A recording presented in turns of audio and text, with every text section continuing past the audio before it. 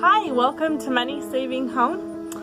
Today I'm going to share with you how I turned a coffee table around that was cheap and I turned it into the farm style coffee table that I wanted. So the first thing that I did is I went to the local ReStore and I purchased a coffee table that was $15. This coffee table had some issues with it. It had some kids paint on the top. And it was like an orangish, yellowish color. It's not the color that I wanted. I wanted a farm style table.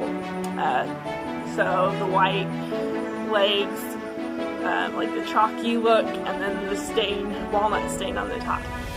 So I went to work, I brought it home, went to work and started sanding it. I had to actually purchase a sander because I didn't have one, but I figured I would be working on a lot more projects and I would need it. So I got the sander. It was pretty cheap. It was like 14 bucks and it worked really well. I got the top of this table smooth. I also got the lower part sanded and I left the legs unsanded.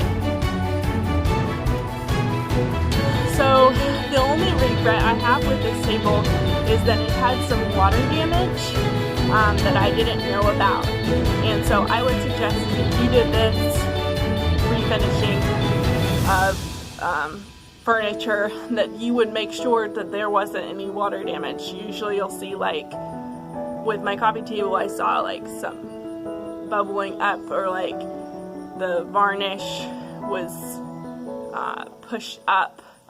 So you can tell that there was some water damage, but I didn't know anything about that. So I would really suggest not getting that because you can't really fix the table if it has water damage. So I was able to cover the middle part where the water damage was with a plant, but I would suggest making sure that there's water damage. That being said, after I sanded it,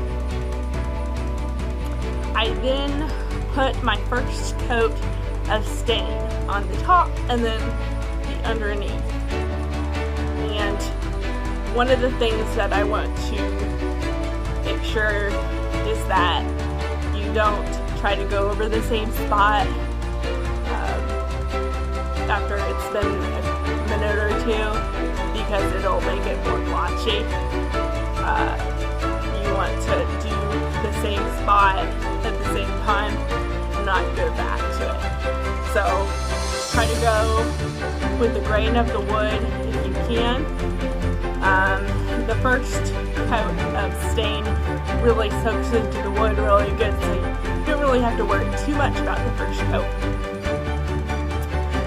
After you get the first coat of stain, you're going to then paint the legs with a gray primer coat. That's what I use.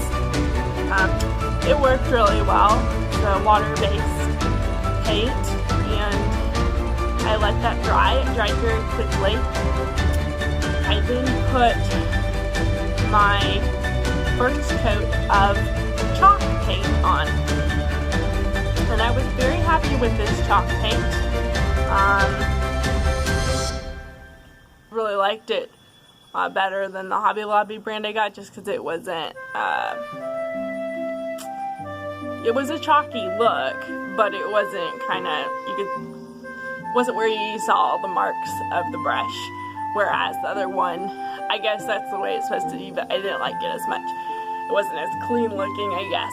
So that's what I used. So I did the first coat, and then I let that dry, and then I put a second coat on. Then I waited a couple days, and I put the second coat of stain. It's a walnut stain. It's a mini wax brand of dark walnut stain. I was very happy about it.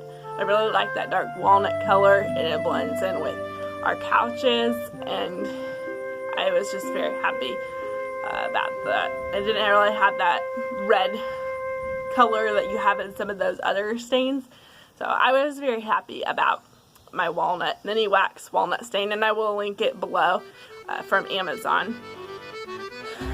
It's actually, I think it's on sale now, but